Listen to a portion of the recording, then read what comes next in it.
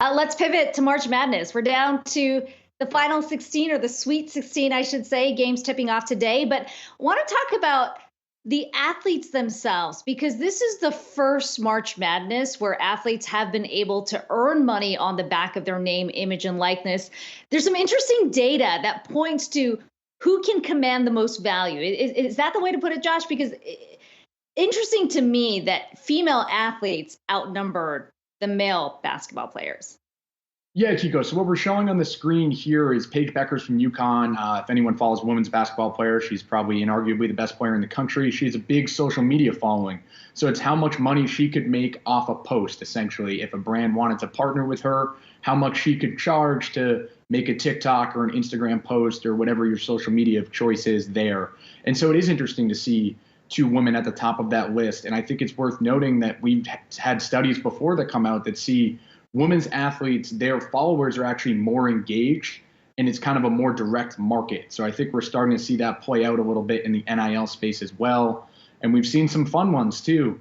When you look at St. Peter's and what they've been able to do, they're a 15 seed, a small school out of New Jersey. They beat Kentucky last week, and you can see on the screen now, there he is, the guard from St. Peter's, Doug Edert.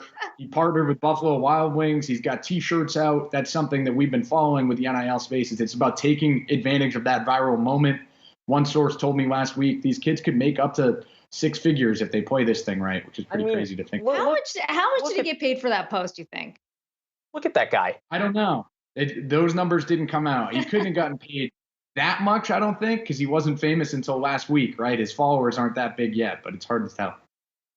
I mean, imagine that guy getting buckets on you. I mean, he's obviously extremely talented, but no one had seen that Doug Edert from St. Peter's, which, by the way, go Jersey. In the absence of Rutgers or Syracuse being in the tournament, I will root for them. But I want to ask about sports betting, Josh. Obviously, there's been a lot of focus on people being able to put wagers on this because of the amount of states that have gone live just over the last year. Any stats that we've gotten about how impactful that's been? Yeah, Brian. So I actually just talked to FanDuel, and they said that in the first 4 days of the tournament, so those opening 4 days, the overall volume on their site was 2 times what they saw for the Super Bowl.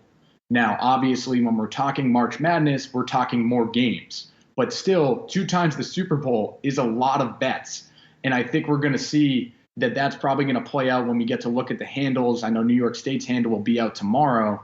Last week's handle, 2 weeks ago, I should say, for New York for FanDuel was only 2 million shy of what we saw for the Super Bowl. $173 million betting handle for FanDuel during the week leading into March Madness, where people were kind of placing their bets on what would happen in the tournament.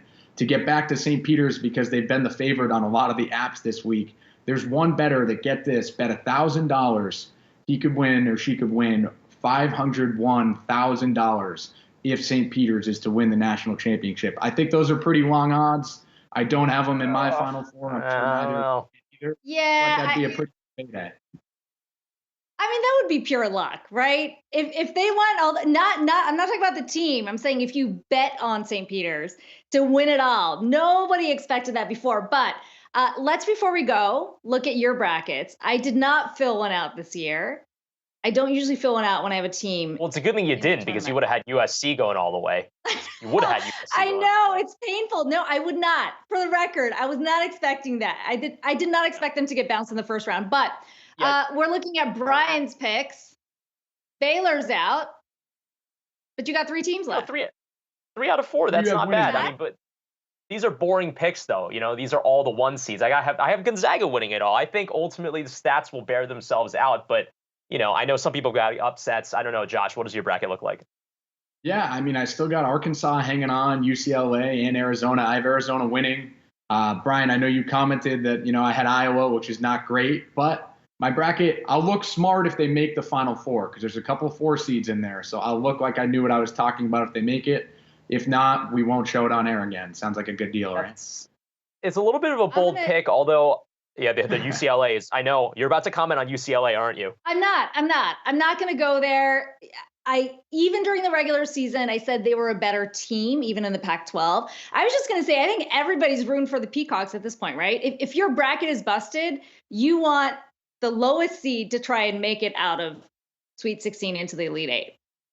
The most bet on absolutely. team on a lot of apps this week. People have loved just placing small wagers on them, I think, to win against Purdue this weekend. Well, we'll have to see, but we'll that all does be it for watching us here on the 11 a.m. Thanks so much for tuning in.